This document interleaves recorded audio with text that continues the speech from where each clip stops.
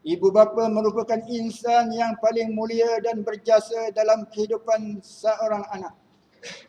Belayannya memenuhi setiap ruang nadi kehidupan sehingga memancarkan kedamaian dari celah-celah hati dan wajahnya. Ketulusan hati dan ketinggian budinya menghiasi persada nurani, membekalkan harapan dalam menghadapi cabaran masa depan.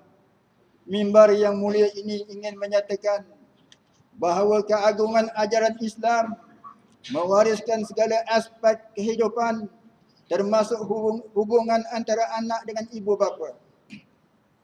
Jika anak mengabaikan tanggungjawab tersebut, maka musnahlah sendi agamanya dan hancurlah nilai kehidupannya. Kederhakaan anak akan mewariskan penderitaan berpanjangan dan menguburkan keberkatan dalam kehidupan dunia dan akhirat. Percayalah, hanya anak yang soleh sahaja yang akan menikmati makna hakiki dari kehidupannya. Justru Islam mengajar umatnya supaya menghormati dan berbuat baik kepada kedua ibu bapanya. Segala jasa dan pengorbanan yang mereka curahkan sejak di alam rahim sehingga kita dilahirkan begitu besar dan tidak ternilai. Mereka lah yang bertanggungjawab mencari nafkah dan mendidik kita sehingga dewasa. Mereka juga sanggup mengorbankan nyawa dan kepentingan diri demi mengharungi pelbagai cabaran untuk masa depan anak-anak. Allah Subhanahu wa taala berfirman dalam surah Al-Isra ayat 23 hingga 24. A'udzu billahi minasy syaithanir rajim. Wa qada rabbuka alla ta'budu illa iyyahu wa bil walidaini ihsana. Imma yablughanna 'indaka al-kibara ahaduhuma aw kilahuma فلا تكن لهما أف ولا تنهرهما وقل لهما قولا كريما واخفض لهما جناح الذل من الرحمة وقل رب ارحمهما كما ربياني صغيرا. Dan Tuhanmu telah memerintahkan supaya engkau tidak menyembah melainkan kepadanya, dan hendaklah engkau berbuat baik kepada kedua ibu bapa. Jika salah seorang dari keduanya atau kedua-duanya sekali sampai kepada umur tua dalam jagaan dan peliharaanmu, maka janganlah engkau berkata kepada keduanya sekalipun perkataan dan janganlah engkau menengking mereka, tetapi katakanlah kepada mereka perkataan yang mulia, dan rendahkanlah dirimu kepada keduanya kerana belas kasihan dan kasih sayangmu, dan doakanlah, wahai Tuhanku, kasihanilah mereka berdua sebagaimana mereka telah memelihara dan mendidikku semasa kecil dahulu. Muslimin mukminin yang dirahmati Allah Subhanahu wa taala, tidak dapat dinafikan bahawa kasih sayang seorang ibu mengatasi segalanya. Tidak dapat dinilai dengan emas dan perak. Tidak dapat dibayar dengan wang ringgit. Berdasarkan sifat dan naluri keibuan, maka tidak hairan kasih sayang dan pengorbanannya melebihi segalanya. Malah tiada seekor nyamuk dan lalat dibiarkan hinggap di tubuh badan kita. Tidak hilang di hati seorang ibu perasaan rindu terhadap anak-anaknya. Walaupun sesaat, kadang-kadang ibu tidak dapat menyuap makanan ke mulut dan tidak dapat melelapkan mata kerana teringatkan anak-anaknya. Dan ada ketika air mata syahdu mengalir di pipinya kerana mengenang dan merindui akan kehadiran anak-anak di depan matanya.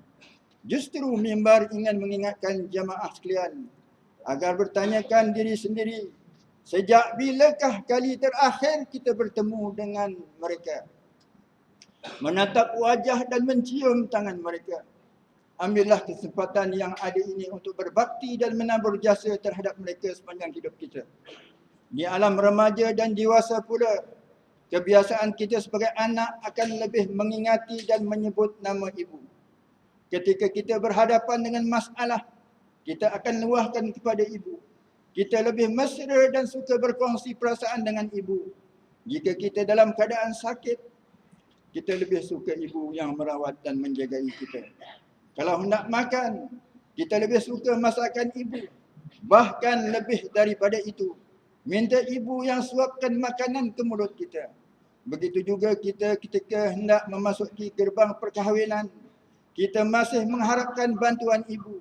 Bahkan hal-hal yang remeh seperti untuk memilih pakaian harian pun kadang-kala bertanyakan ibu sama ada sesuai ataupun tidak. Begitulah betapa manja dan mesra anak terhadap ibunya. Oleh itu, wajarlah Allah Subhanahu wa taala memuliakan ibu sesuai dengan pengorbanannya. Allah Subhanahu wa taala berfirman dalam surah Luqman ayat 14.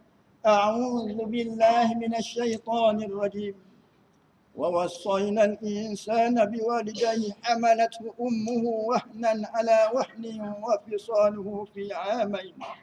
Anishkur li wa liwalidayka ilaika Anishkur li wa liwalidayka ilayyal masir.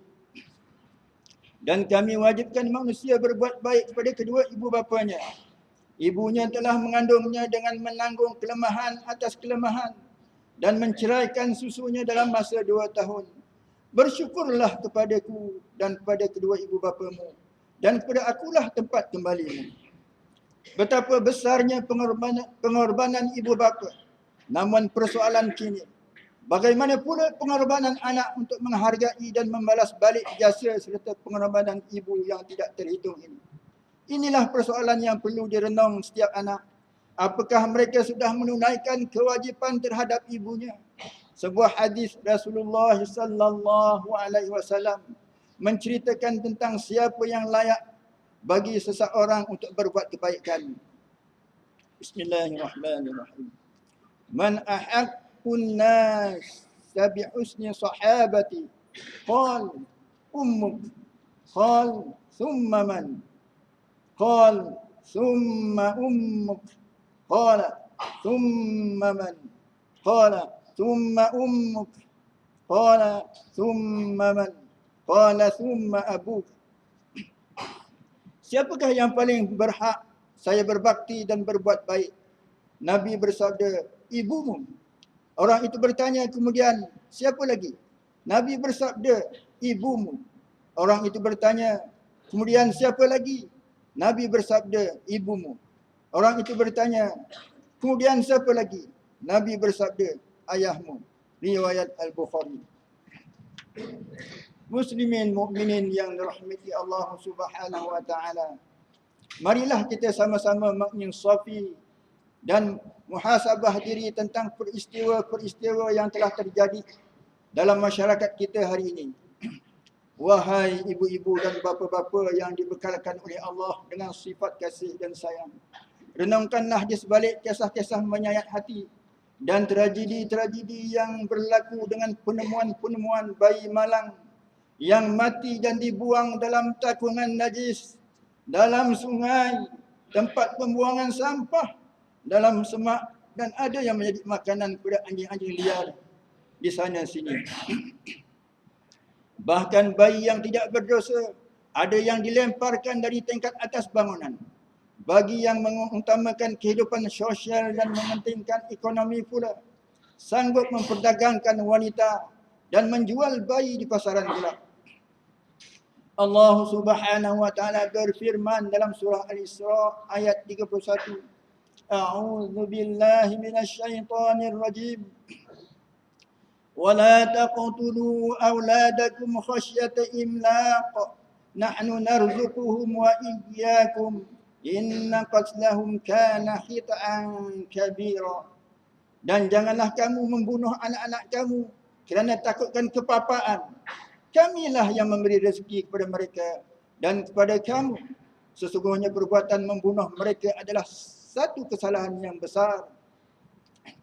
Fenomena negatif anak-anak terhadap kedua orang tuanya pula. Ada yang sanggup membuang dan meninggalkan ibu bapa yang sudah uzur di rumah-rumah kebajikan, di perhentian taksi, bas dan di hospital, kerana tidak sanggup untuk menjaga dan merawat ibu bapa yang sedang sakit. Anak-anak derhaka juga sanggup memberi alasan. Kononnya mereka ini sibuk, tiada masa untuk menjaga, atau jika mereka bersama akan menyusahkan kehidupan. Lebih menyedihkan, Terdapat ibu bapa yang telah ditempatkan di rumah kebajikan ini merayu kepada anak-anak supaya mengambil mereka kembali untuk tinggal bersama, tetapi tiada diindahkan. Selain itu, terdapat juga anak-anak lebih memuliakan dan menghormati kawan-kawan dan sahabat handai berbanding dengan layanan kepada kedua ibu bapa mereka. Islam menganjurkan agar setiap anak menghormati dan berbakti kepada kedua ibu bapanya selagi suruhan tersebut tidak melanggari syariat Islam. Jika anak-anak mengingkari perintah ibu bapa, maka itu adalah derhaka dan satu dosa besar. Walau hanya menyebut ungkapan atau dikira sebagai menyakiti dan menderhaka. Apatah lagi jika ada di antara anak mencerca, memaki dan memukul bapa mereka dengan sebab teguran bapa, angkara perbuatan maksiat anak perempuan di hadapan matanya.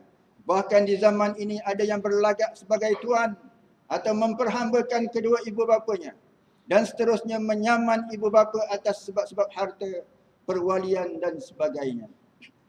Subhanallah, wahai anak-anak, perbuatan kamu ini menggambarkan semakin ramai anak-anak mengabaikan tanggungjawab dan tidak memberi penghormatan yang sewajarnya terhadap ibu bapa mereka. Situasi ini menjelaskan kepada kita bahawa kejatuhan nilai murni di kalangan generasi muda semakin meruncing dan membimbangkan. Cuba kita bayangkan ibu bapa kita yang telah kedut kulit ditelan usia dan lesu kerana keletihan atau terketar-ketar kerana ditimpa penyakit, diletakkan di tempat yang tidak sesuai bagi mereka. Bagaimana perasaan anda sebagai seorang anak atau sebagai ibu dan bapa? Kerana sepatutnya mereka ketika usia sebegini dijaga, dibelai dengan penuh kasih sayang daripada seorang anak. Mereka sangat mengharapkan pertolongan dan perhatian anak-anak. Mereka juga mengharapkan di penghujung hidup ini akan meninggalkan anak-anak yang soleh, yang sentiasa mendoakan kesejahteraan mereka.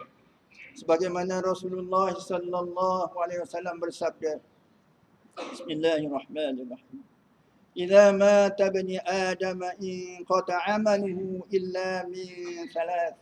Sadaqatin jariyah aw 'ilmin yuntafa'u bih aw waladin salih yad'u lah.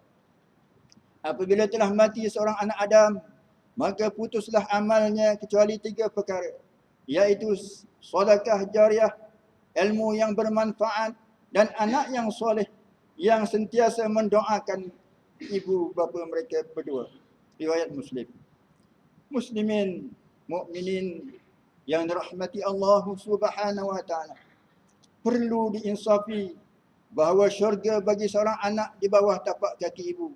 Justru ketidakredaan ibu bapa kepada sikap keji anak-anak ini mengundang kemurkaan Allah Subhanahu wa taala.